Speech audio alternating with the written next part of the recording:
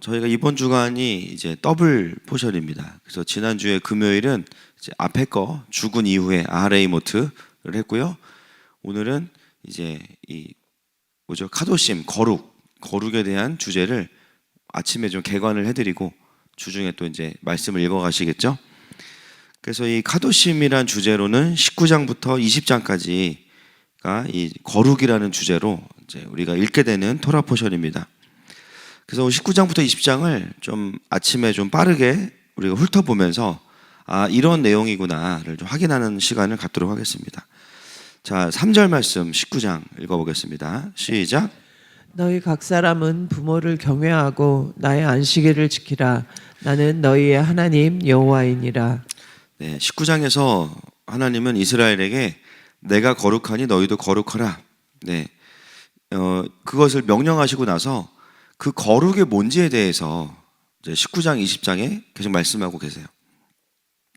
가장 먼저 나오는 거룩은 뭐냐면 너희 각 사람은 부모를 경외하고 나의 안식일을 지켜라. 첫 번째입니다, 이게. 거룩의 시작이 뭐냐? 부모를 공경하는 것과 안식일을 지키는 것. 이게 왜 거룩의 시작일까요? 이것은 바로 우리가 눈에 보이는 우리의 인생의 첫 번째 권위자인 부모가 바로 하나님의 통치 대리인이기 때문입니다. 여러분, 우리가 거룩이라 그러면 뭔가 거룩한 모습을 만들고 거룩한 행동을 생각하는데요. 사실 19장, 20장에서 말하는 거룩의 본질은 좀 달라요. 주님이 말씀하시는 거룩은 우리가 생각하는 거룩과는 조금 다른 개념들인데 훨씬 더 이제 본질적이죠. 하나님께서 말씀하시는 거룩의 핵심 뭐냐? 부모를 공경하고 안식일을 지키는 것. 벌써 권위와 질서입니다. 우리가 어떻게 이 땅에 나오게 되었는가? 어떻게 이 땅에 우리가 존재하게 되었는가? 그 근원을 아는 것이 거룩의 시작이라는 거예요. 결국 부모의 권위를 인정하는 것은 눈에 보이지 않는 하나님의 권위를 인정하는 것이고, 그것을 시작으로 우리는 이 거룩의 삶을 시작할 수 있다는 것입니다. 그래서 부모를 공경한다는 것은 뭐겠어요? 내가 원하는 대로 하고 싶은 것을 꺾고 하나님의 질서에 순복하는 것 중에 하나가 육신의 권위자인 부모에게 순종하는 것이죠. 그래서 요즘에 풀어지고 있는 이 인본주의 교육이 왜 반성경적이고 특별히 하나님의 거룩을 무너뜨리는 것이냐? 권위 자체를 해체하기 때문에 그렇습니다. 포스트 모던의 영향으로 인해서 권위를 누가 갖냐면 내가 가져요. 그래서 하나님이 나에게 맡기신 권위자면은 그냥 그 자체를 인정해야 되는데, 이 인본주의 교육은 뭡니까? 내가 보기에 권위자를 내가 정해요. 그래서 이 사람은 내가 믿을 만하니까 내가 믿을 만한 권위자고, 이 사람은 아니니까 권위를 주지 말아야지. 사실 하나님께서 왜 그 권위자를 나에게 주셨는지를 받아들이는 것부터가 뭐냐? 거룩의 시작이라는 거예요. 여러분, 거룩은 하나님 나라에 정렬되는 것이 거룩입니다. 할렐루야. 그래서 그 다음에 주어지는 게 뭐냐면 안식일을 거룩히 지키는 것에 대해서 말씀하세요. 바로 무엇입니까? 안식일의 본질은 단순히 쉬는 것이 아니죠. 내 삶의 모든 걸 멈추고 우선순위, 내 삶의 주인은 하나님이십니다. 그것을 고백하는 것이 바로 안식일인데, 그 하나님의 질서를 인정하는 것이 바로 거룩한 삶이 풀어지는 시작점이다라고 말하는 것입니다. 어제 우리가 이사야서 말씀을 보면서 11장 2절 말씀을 함께 봤잖아요. 지혜의 근본은 여호와를 경외하는 것이죠. 할렐루야. 왜 여호와를 경외하는 게 지혜의 근본입니까? 하나님께서 이 세상을 창조하셨고 또 하나님의 나라를 완성해 가신다는 것을 존중할 때 이 세상을 향한 하나님의 지혜가 나의 삶에 풀어지기 때문입니다. 그것은 바로 하나님을 경외함으로부터 모든 것이 출발된다는 거예요. 거룩도 마찬가지입니다. 거룩이라는 게 가들리, 하나님스러워지는 것인데, 내 안에 무너져 있는 하나님의 모습과 권능이 회복되는 게 거룩입니다. 할렐루야. 단순히 종교인으로서의 어떤 구별된 모습을 나타내는 게 거룩이 아니라 잃어버린 하나님의 형상이 회복되는 게 거룩이잖아요. 빛이 있으라 하시니 빛이 있었고, 어둠과 빛을 나누셨고, 낮과 밤을 나누셨고, 땅과 바다를 나누셨고, 하나님께서 원래 창조하기 원하셨던 모습을 회복하는 게 거룩인데, 그것이 어떻게 회복되는가? 하나님의 주권을 인정하는 것이죠. 그래서 처음 나오는 게 뭡니까? 부모를 너희들이 얼마나 존경하는지 내가 볼 거야. 여러분, 부모님이 다 존경스러워서 존경하는 걸 넘어서서 하나님께서 두신 권위자를 우리가 어떻게 대하는가가 우리가 하나님에 대한 태도이기 때문에 그렇습니다. 그래서 그 다음 나오는 게 뭐예요? 안식일인 거죠. 여러분, 안식일은 무엇이냐면 다시 내가 하나님의 권위 안으로 모든 것을 0점 조준을 하는 시간, 모든 것을 맞추는 시간이 안식일인 줄 믿습니다. 그래서 우리의 거룩의 능력은 나의 노력에서 나오는 것이 아닙니다. 하나님의 질서 안에 들어갈 때, 하나님의 통치를 인정할 때부터 나에게는 거룩이 회복되기 시작하는 것입니다. 그 다음에 거룩은 뭐냐면요, 9절과 10절 말씀 보겠습니다. 시작. 너희가 너희의 땅에서 곡식을 거둘 때 너는 밭 모퉁이까지 다 거두지 말고 내 떨어진 이삭도 줍지 말며 내 포도원의 열매를 다 따지 말며 내 포도원에 떨어진 열매도 줍지 말고 가난한 사람과 거류민을 위하여 버려두라. 나는 너희의 하나님 여호와이니라. 아멘. 여러분, 이 말씀이 제가 다니면서 지갑을 흘리고 다니는 이유입니다. 여러분, 거룩의 두 번째가 뭐냐? 재정이에요. 재정이죠. 우리가 생각하는 거룩이 생각보다 굉장히 이제 구체적이고 삶에 깊이 들어와 있는 걸 오늘 보게 되는데, 두 번째 거룩은 우리의 재정입니다. 하나님 명령하신 게 뭐냐면 곡식을 거두고 포도원의 열매를 딸 때 다 거두지 말고 좀 남겨두라는 거예요. 다 가난한 사람과 거류민들을 위해서 좀 남겨두라는 거예요. 여러분, 이것은 당연히 이제 표면적으로 보면은 구제하는 삶이죠. 여러분, 구제하는 삶을 우리가 살아야 됩니다. 근데 이 구제하는 삶의 더 근원적인 핵심은 뭐냐면 그 자체가 거룩인데, 왜 거룩이냐? 나의 소유에 대한 하나님의 주권을 인정하는 모습이 이렇게 드러난다는 거예요. 나에게 재정을 주신 하나님, 그 하나님에 대한 주권을 인정하는 모습 중에 하나가 뭐냐면 내 삶 가운데 허락하신 가난한 자와 거류민들, 나그네들을 돌보고 섬기는 것이죠. 그것은 무엇이냐? 하나님이 나의 공급자가 되시고 하나님이 나의 주권자가 되신다는 것을 인정하는 것입니다. 여러분, 하나님께서 말씀하시는 거룩은 생각보다 굉장히 우리의 삶에 깊이 들어와 있는 삶의 라이프 스타일, 삶의 양식이에요. 종교적인 것을 넘어서서 삶 자체가 하나님의 통치 아래 있는 것이 거룩이라는 것이죠. 가장 그것이 중요하게 드러나는 게 두 번째가 뭐냐면 나는 나에게 주어진 재정을 어떻게 쓰고 있는가. 다 나를 위해 쓰지 않는다는 것입니다. 나의 필요도 있지만 하나님께서 주신 것으로 인정하기 때문에 그것을 하나님께 드리는데, 하나님은 우리의 돈을 원하시는 게 아니기 때문에 누구에게 줘야 돼요? 이 땅에 있는 가난한 자들과 내 주변에 필요한 자들에게 그것들을 흘려보낸다는 것이죠. 그럴 때 하나님께서는 그 구별하여 드리는 걸 통해서 나의 삶의 주권이 하나님께 있다는 것을 확인하신다라는 겁니다.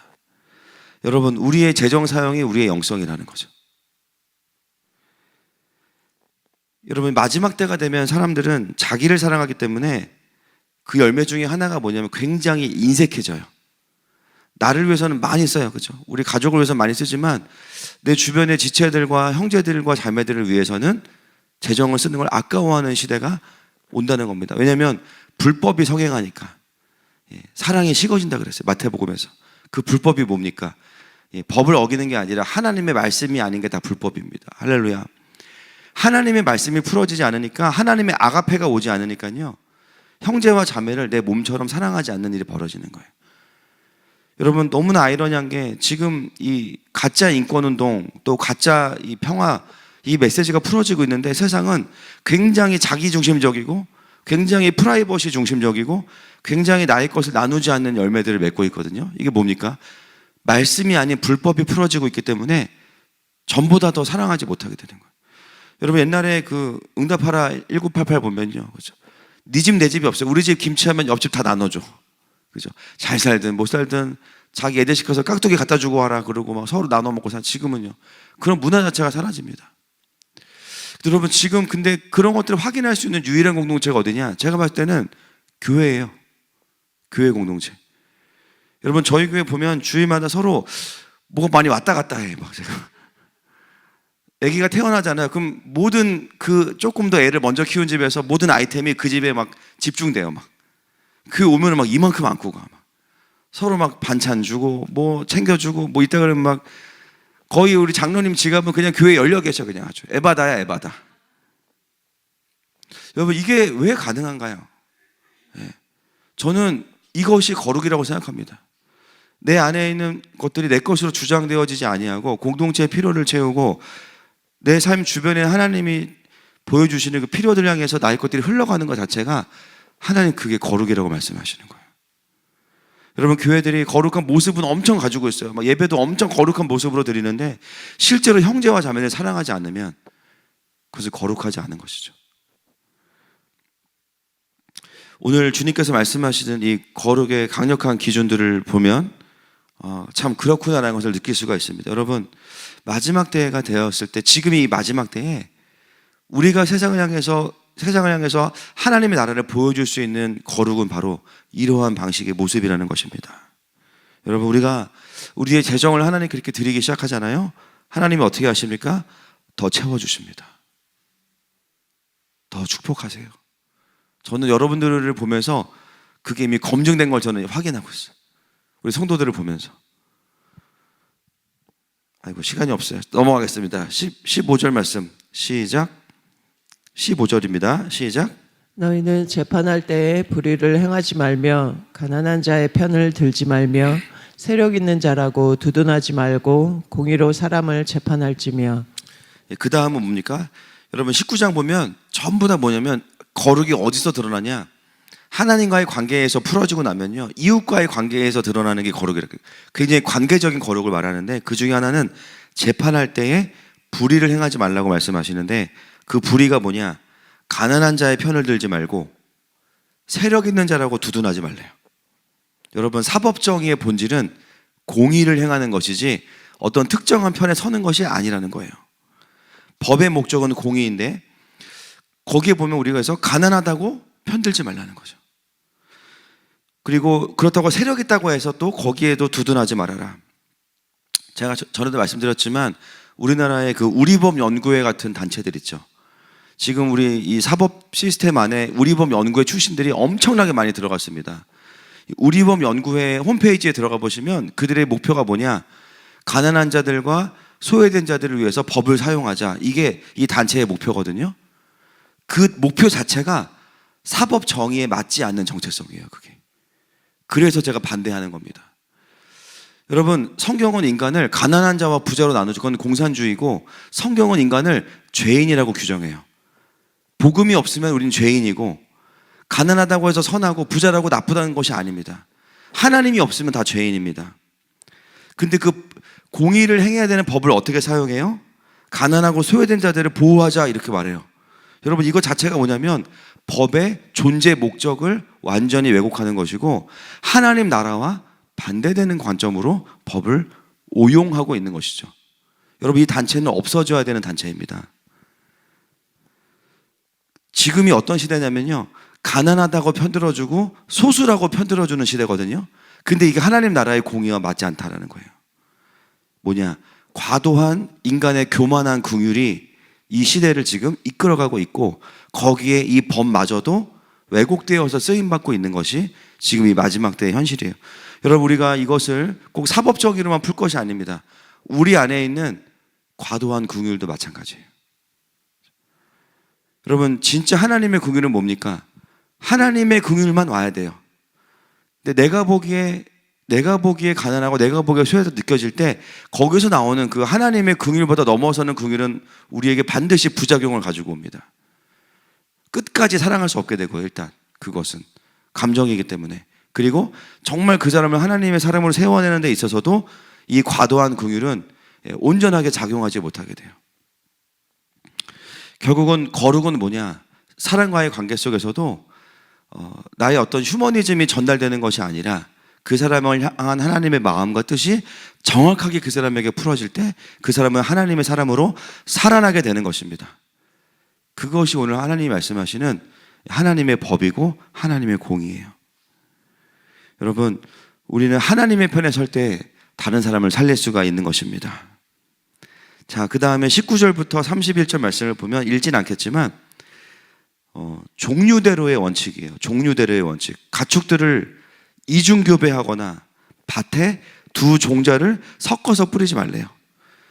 예, 두 재료로 짠 옷을 입지 말라는 거예요. 왜냐? 하나님은 종류대로 이 세상의 모든 것들을 창조하셨기 때문입니다.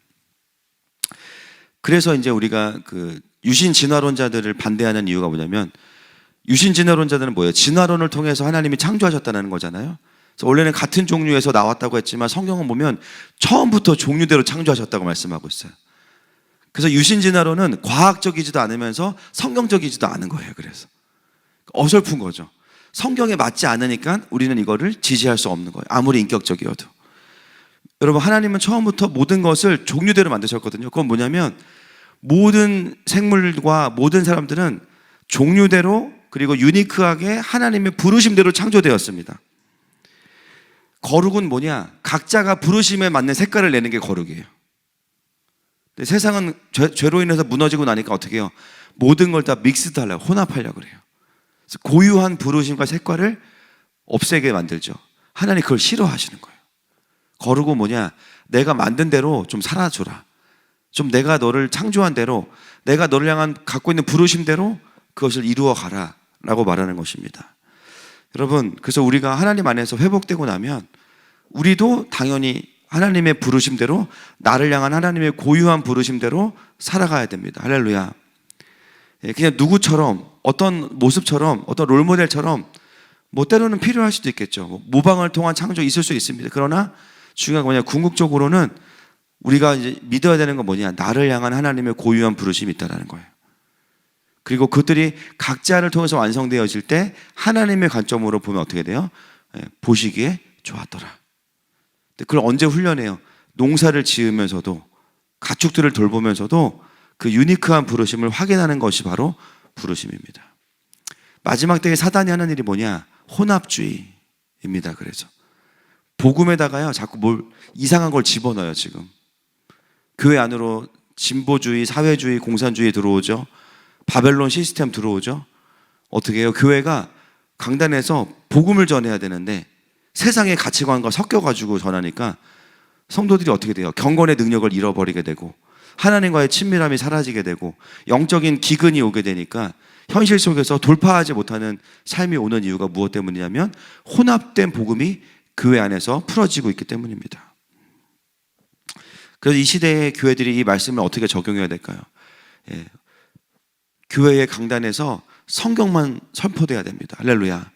하나님의 말씀만 선포돼야 우리가 사는 겁니다. 그래서 지금 이 시대에 우리가 이 혼합주의와 영적인 전쟁을 선언하고 교회들은 다시 복음의 순수성과 말씀의 순수성을 회복하는 운동으로 가야만 한국교회에 소망이 있는 것이죠. 자, 이런 내용들이 이제 19장에 풀어지고 있고요. 20장에 가면요. 더 강력한 이제 구체적인 도전이 나옵니다. 자, 20장 2절 말씀 넘어가 보겠습니다. 시작. 너는 이스라엘 자손에게 또 이르라. 그가 이스라엘 자손이든지 이스라엘에 거류하는 거류민이든지 그의 자식을 몰렉에게 주면 반드시 죽이되 그 지방 사람이 돌로 칠 것이요. 여기 보면 다음 세대에 대한 메시지가 나옵니다. 그 당시에 몰렉에게 자식을 내어준다는 건 뭐냐면 몰렉이라는 신에게 자식을 우상으로 제물로 바쳐요. 불에 태워서. 그러면 우리를 축복할 거라는, 이게 이제 가나안 땅의 우상이었거든요. 이것은 지금 우리에게 따지면 우리의 다음 세대들을 놓치면 안 된다는 거죠. 여러분, 우리가 자녀들을 막 몰렉에게 우상으로 막 내어주고 그러진 않아요. 그러나 영적인 관점에서 보면 오늘날의 몰렉이 무엇입니까? 이 세상의 인본주의 교육과 하나님을 섬기지 못하게 하는 그 모든 가치관들이 다 몰렉인 거예요.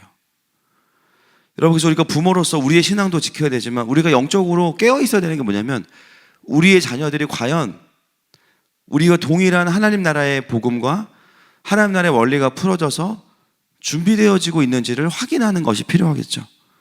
학교를 뭐 그래서 보내든 그래서 안 보내든 중요한 건 뭐냐면 그것이 영적으로 그 세계관들이 말씀으로 뒤집어지고 있는가라는 것입니다. 그 싸움을 내가 하고 있는가라는 거예요. 만약에 그 싸움을 하고 있지 않다면 안타깝지만 동일하게 하나님께서 말씀하시는 거룩 중에서 나의 자녀들을 몰래에게 내어주는 그 일들을 나도 모르게 동참하고 있는 것입니다. 여러분, 이것은 우리가 정말 깨어 있어야 하는 영역입니다. 우리의 다음 세대들이 학교에 가서 무엇을 배우고 있는지, 또 이 마지막 때에 풀어지고 있는 아이돌과 여러 문화와 미디어를 통해서 풀어지고 있는 그 내용들이 연결되어지고 있는 것들을 바라보면서 방치해서는 안 된다는 것이죠. 어떻게든 자녀들을 그 세상의 가치관으로부터 건강하게 구출해내야 된다는 거예요. 여러분, 20장은요 우리에게 무엇을 이야기하냐면 몰래에게 자녀를 내어주는 자들을 내가 끊어버리겠다라고 말씀하고 있어요. 왜요? 신앙의 전수가 일어나지 않기 때문에 그것은 사망의 열매를 맺는 것과 똑같기 때문입니다. 여러분, 지금 교회들 안에 다음 세대가 너무나 많이 급속도로 사라지고 있고 복음화율 자체가 너무 낮아요. 지금 이 4세부터 14세의 복음을 듣지 않으면 30세 이후까지 돌아오지 못한다는 이 루이시푸스 박사의 그 이야기를 보면요 공감이 되는 게 뭐냐면, 복음을 들어야 될 때 듣지 못했을 때 너무나 어렵다라는 걸 알 수 있습니다. 여러분, 이건 무엇을 말하냐? 이 마지막 때의 교회들이 다음 세대의 사역에 잘하든 못하든 다 참전해야 된다는 거예요. 정말 안 되면은 킹덤맘이라도 헌금을 해야 된다는 거예요. 그걸 할 수 있는 그룹에게 힘을 실어주고 어떻게든 교회들이 깨어서 다음 세대를 구출할 수 있는 기도와 헌신이 반드시 필요하다는 거예요. 저희가 지난주 주일날 킹덤아미로 이제 유스 4학년부터 초등학교 4학년부터 고등학교까지 이제 선교단체가 시작이 됐지 않습니까? 여러 교회들이 오시더라고요. 또 감사하게도 이제 아름아름 오시는데, 한 그 강남에 있는 교회에서 오셨는데 주일학교 교사 그룹이었어요. 그냥 오셔가지고 너무 놀란 게, 아이들 예배하는 거 보면서 너무 놀라셨어요. 어떻게 이게 가능한가? 그리고 주일학교를 어떻게 요즘에 세워야 될지 모르겠다. 다 그런 고민들을 갖고 계신 거예요. 그래서 저희가 지금 킹덤 플래너도 만들고, 이 바쁜 와중에도 다음 세대 사역을 안 할 수가 없기 때문에 트레이너들도 훈련하고 이런 사역을 빌드업하는 이유, 또 이번 주에 제주를 내려가는 이유도 다 그런 이유들 아니겠습니까? 결국은 뭐냐면, 어떻게 우리가 다음 세대들을 몰래에게 빼앗기지 않고 다시 데려와서 하나님의 구별된 백성이 되게 할 것이냐. 여러분, 그게 거룩에 들어있는 내용이에요. 그게 우리를 향한 하나님의 거룩하라고 말씀하시는 명령 안에 들어있는 것입니다. 여러분, 이건 선택이 아닙니다. 이것은 생명의 문제이고 살고 죽는 문제입니다. 여전히 부모들이 세상의 스펙을 포기하지 못하고, 그래도 학교는 좋은 데 가야지, 그래도 엘리트주의, 이것들을 포기하지 못할 때 결국 어떻게 되냐? 죄송하지만 몰래에게 자녀들을 내어주는 그 현장으로 아이들을 내몰게 되는 것이죠. 여러분, 주님께서 말씀하세요, 우리에게.